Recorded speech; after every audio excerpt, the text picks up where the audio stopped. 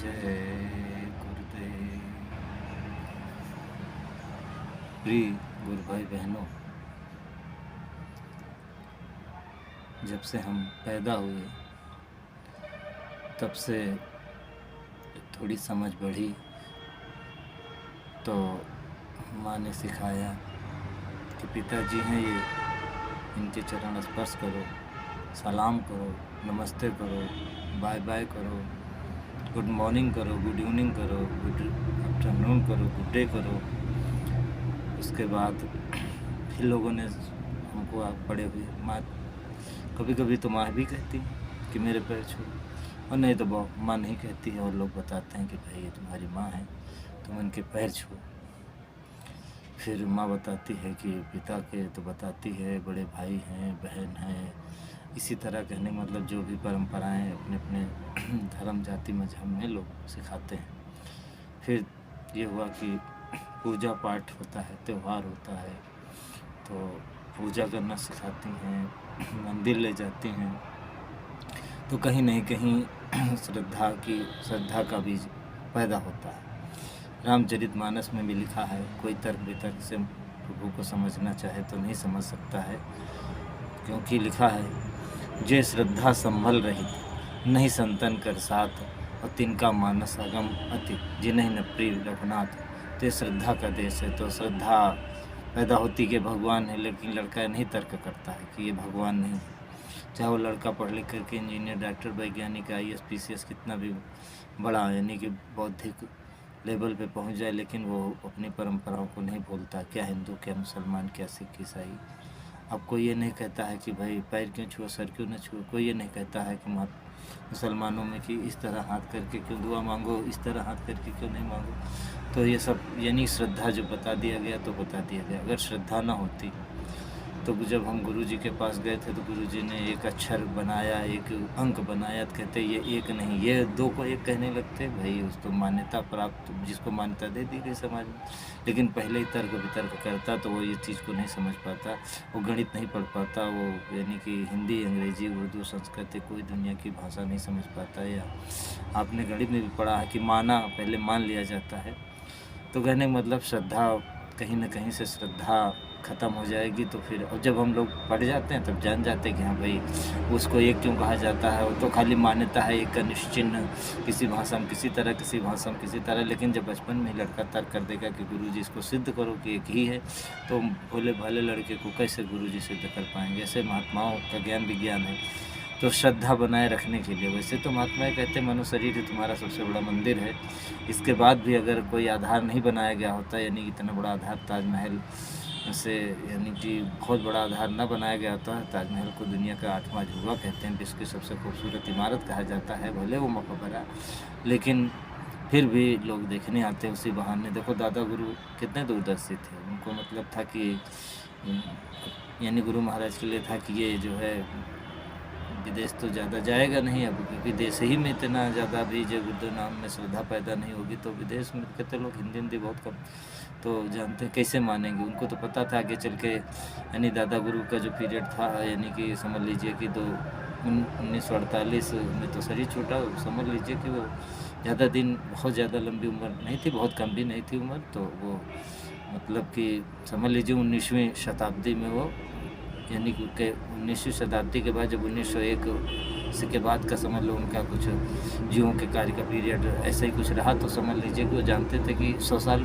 के ऊपर 122 साल बीत गए 1901 से। अगर 1900 के बाद से तुलना करो तो उनको पता था कि ये आगे चल कर के इसको ये सब करना है। तो और दुनिया किस दिशा में चली जाएगी, भोगों की तरफ और ये सब बुराइयों की तरफ। तो ये तो भी यानी कि वो जानते थे कि जब ये तैयार होगा, यानी मैं शरीर छोड़ूंगा 48 में, तो ये सब बाउन से शुरू करेगा। तो फिर वो 50 साल, मतलब 48 साल वो, और ये लगभग 12 साल ये, तो सब लगभग 60 साल हुए। तो आप समझो कि वो जान रहे थे कि जब मेरा प्रचार ख़त्म होगा, अब किसका शुरू होगा, तो वो जो है यानी कि दुनिया किस दिशा में जाएगी। तो ये दुनिया में नहीं, भारत में ही इसके लिए बड़ी परेशानी होगी। गुरु महाराज ने बहुत परेशानी से जीवन जगाया। तो लेकिन विदेश के लोग जो आएंगे कुछ देश में, जो अध्यात्म के महाजीव हैं, कुछ जीव कर्म बस विदेश में पैदा हो जाते हैं, संतों के भी जीव, कुछ संस्कारी भी जीव, और कुछ यानी इस तरह के परमार्थी घाट पे आने वाले जीव जो होते हैं विदेश में भी कर्म बस पैदा हो जाते हैं। थे, आपको पता। अमेरिका का एक था, उसका नाम गुरु महाराज ने केवट रखा। मुझे तो यानी कि मुलाकात का मौका मिला, बढ़िया हिंदी बोल लेता था, डारधारी था, अच्छी सेवा करता था, वीज़ा पे आता जाता रहता था, 6 महीने यहाँ 6 महीने वहाँ। तो ऐसे तमाम मतलब उदाहरण है, जो नहीं भी आते थे तो विदेश में संगत थी। आपको पता अमेरिका के लोग ऑनलाइन यानी उस ज़माने में फ़ोन से सुनते थे, तमाम थे, पत्रिकाओं में सब छपता रहता था। इंग्लैंड में थे हम, तो सरकारी कार्यालय में थे, वहाँ पे यानी बोस्टन सिटी के लोग आते थे और इंग्लैंड के, अमेरिका के तमाम लोग मिलते थे, जानते थे, हम उनको जानते थे।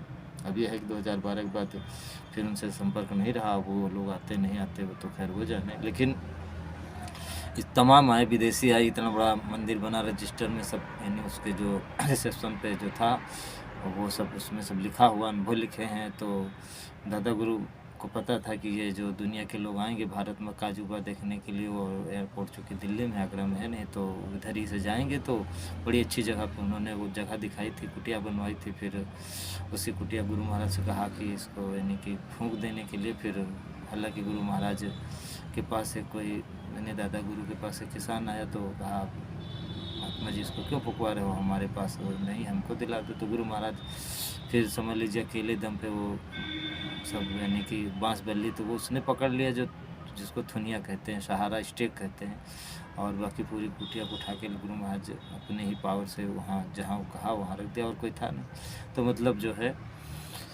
वो स्थान बना। उसके बाद वो मंदिर का क्या महत्व रहा, एक तो दादा गुरु का आदेश था, फिर बुराइयों को चढ़ाने का एक समझ लीजिए जरिया बना। उसके बाद फिर समझ लीजिए कि लोग जो है यानी कि मनोकामना पूरा होने का जरिया बना। लेकिन गुरु महाराज हमेशा ये कहते रहे कि देने वाला तो इधर बैठा, वहाँ कहाँ भागते हो। एक बार गुरु महाराज सत्संग सुना रहे थे, कुछ आवश्यक बात, तो लोगों को इधर भीड़, जल्दी प्रसाद चढ़ाओ, और पूजन का शुरू हो गया और भागो। तो गुरु महाराज कह रहे, अरे भाई सत्संग तो सुन लो, दया देने वाला यहाँ बैठा है। तो दया तो महात्मा को देनी थी, गुरु महाराज को देनी, महात्माओं को देनी होती। लेकिन फिर भी ये भी समझ लो महात्माओं की इच्छा और पिता की इच्छा को एक सच्चा पुत्र जो है सपूत कभी जो नकारता नहीं। गुरु महाराज, आपने बहुत सत्संगों में सुना होगा प्रेमियों से कि गुरु महाराज ने कहा था कि भाई मैं तो अपने गुरु का अकेला था और तुम तो मेरे इतने हो, यानी कि मैं अकेला था तो इस तरह का मंदिर बनवाया, तो आप तो इतने सारे लोग हो। तो उनका मतलब था फिर तुम कितना सुंदर, कितना बड़ा, कैसा मंदिर बनवाओगे। उनका वो सारा पकड़ना चाहिए महात्माओं को। कहते साइन बैन समझे नहीं, तासे कछ न कहन, यानी कि जो महात्माओं के सारा नहीं समझ सकता है या नहीं समझे, तो उससे महात्मा कहते उससे तो बात ही नहीं करना चाहिए, उससे कछ न कहन, उससे कुछ मत कहो। तो देखो गुरु महाराज को गए हुए, अब जीते जी तो गुरु महाराज का एक मंदिर कह लीजिए इधर बाराबंकी ज़िले में एक यानी हैदरगढ़ कस्बा है, जो उसका समझ लीजिए कि बहुत ही व्यापारिक कस्बा। वहाँ से एक रास्ता जो है, ये जो बांदा बहराइच रोड है, यानी उधर से जाती थी, वो एक देवीगंज चौराहा पड़ता है। समझ लीजिए जो लखनऊ से आपके 3 रास्ता है बनारस जाने के, उसमें एक आपका फैजाबाद है, एक सुल्तानपुर होकर रायबरेली होकर के है। तो उसमें से जो सुल्तानपुर होकर के रास्ता जाता है, जो फैजाबाद, उसके बीच में इधर हैदरगढ़ कस्बा, उधर भटरिया यानी सुमेरगंज कस्बा पड़ता है, उसी के बीच में एक देवीगंज चौराहा। तो वहाँ से इधर रास्ता घूम करके जाती थी हैदरगढ़ से, यानी कि देवीगंज होकर के फिर वो सीधा रास्ता जोड़ी गई। चूँकि अब मैंने बताया हैदरगढ़ बाराबंकी का एक व्यापारिक कस्बा है, तो ज़िले से कॉन्ट्रैक्टर तो था ही उसका, तो थोड़ा सीधी सड़क बनाएगी, उसका नाम भी नई सड़क है। तो वो अपना आश्रम जो था जिला का रामनगर मोहल्ले में पड़ता था, वो जब यानी कि हटा वहाँ पे, तो गुरु महाराज कई बार कहा कि भाई जब अधिकारियों से मिलो, तो अधिकारियों से लोग मिले। उसके बाद फिर वो जो है यानी कि अधिकारी टालते रहे, लेकिन फिर एक बार गुरु महाराज ने कहा, अच्छा एक बार जाओ, मेरे कहने चले जाओ, एक बार और चले जाओ। तो गए, तो लोग सहमत हो गए, PWD के लोगों ने। फिर उसके बाद एक वहीं से जो ये मैंने बताया ना, बाराबंकी से नई सड़क होकर के जो रास्ता हैदरगढ़ आती है, तो इसी से फिर एक रास्ता जो है वो लखनऊ फैजाबाद का जो हाईवे है उस पर जाती है, तो वो बाईपास उसको कहा जाता है। तो उस बाईपास पे फिर ज़मीन दी सरकार के विभाग के लोगों ने, PWD वालों ने उसकी पटाई हुई। उसके बाद फिर उसको वहाँ पे उन लोगों ने मंदिर बना दिया। जब गुरु महाराज आए तो सब पर्दे से ढका हुआ था, तो गुरु महाराज अब कुछ कोई क्या बोले, अब गुरु महाराज उसको जो खोले तो उसके बाद कहा, अरे 7 बार पहले तो चक्कर लगाया, फिर कहा अरे ये तो तुमने मंदिर बना दिया। अब उसमें जैसे मथुरा में दादा गुरु की तस्वीर है, उसी तरह यहाँ पे अभी पीडब्ल्यूडी वालों के मन में क्या है कि गुरु महाराज उसके शरीर के रहते हुए ये मूर्ति बना दी गई। देखिए अक्सर होता है दुनिया में कि जब शरीर नहीं रह जाता तभी जो महापुरुषों की, क्रांतिकारियों की और देशभक्तों की, समाज सेवियों की मूर्तियाँ लगा करती हैं या स्मारक बनते हैं उनके नाम पे, बिल्डिंगों के नाम होते हैं आदि आदि। उनको यानी याद करने के लिए बहुत तरीके होते हैं, सड़क का नाम रख दिया, पुल का नाम रख दिया आदि आदि, कोई द्वार बना दिया।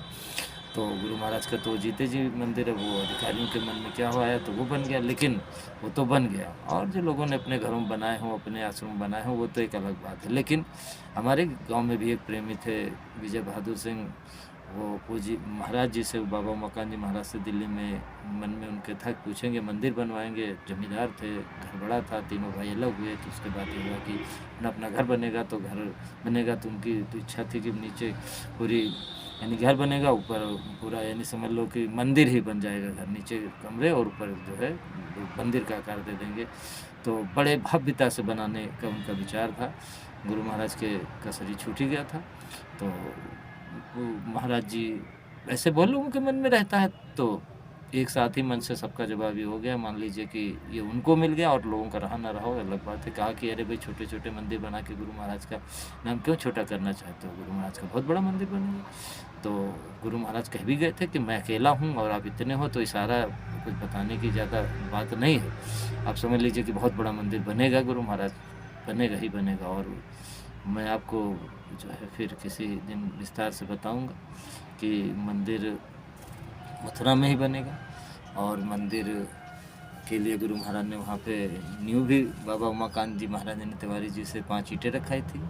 और मैं वहाँ पे जब बैठने एक बार चला, मुझे नहीं पता था, मैं वहाँ रहता था, गर्मी दिन में छाया में भी नहाने गया उधर ट्यूबवेल जो उधर था आपके पीपल के पेड़ के पास। तो हमने कहा भीड़ बहुत है, उधर बैठते एकांत में किनारे। तो एक आदमी बहुत तेज चिल्लाया कि अरे वहाँ कहाँ बैठने जा रहे हो, वहाँ गुरु महाराज को मंदिर बनेगा, देखते नहीं ईंटें रखी हैं, इसका शिलान्यास यानी कि गुरु महाराज ने महाराज जी के तिवारी जी के हाथों कराया है। तो हमने कहा भाई हमको पता नहीं, अगर ऐसा है तो इसको में चारों तरफ कुछ ऐसा कर दीजिए। मैं तो अनजान में था, आप थे सामने, देख बहुत लोग बैठते होंगे, कुत्ते बिल्ली, और मतलब तो इसका कुछ ऐसा होना चाहिए कि हाँ लगे कि हाँ शिलान्यास की ईंटें हैं और यहाँ मंदिर बनेगा और झाऊ का पेड़ है।